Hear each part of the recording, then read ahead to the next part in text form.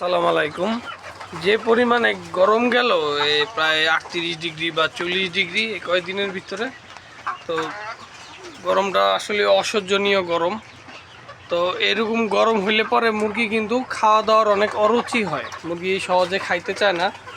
কারণ যদি খাইতে না চায়, উপায় হচ্ছে একটাই, মুরগিকে এলে এনজাইম দিতে হবে। এনজাইম মানে মুরগির এটা খিদা লাগানোর জন্য আপনারা এনজাইম ইউজ করতে পারেন। এটা হচ্ছে এনজাইম, আরও আছে অনেক মেডিসিন, এনজাইম এবং প্রোবায়োটিক দুইটাই।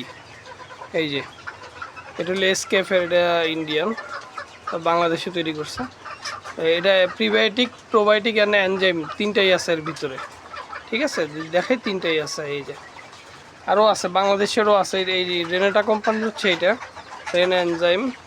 আবার এসিআইয়েরও আছে, যদি আমি দেখাই এসিআইটাও, যদি দেখাই তাও তো এই যে সেটটা প্রোজাইম ভেট, এটাও আপনারা ব্যবহার করতে পারেন। এই যে প্রোজাইম ভেট, এটাও অনেক ভালো এনজাইম প্লাস প্রোবায়োটিক। হ্যাঁ, এটাও খুব ভালো। এটা খুব খিদা লাগাবে, মুরগির ক্ষুধা মন্দা কাটাবে।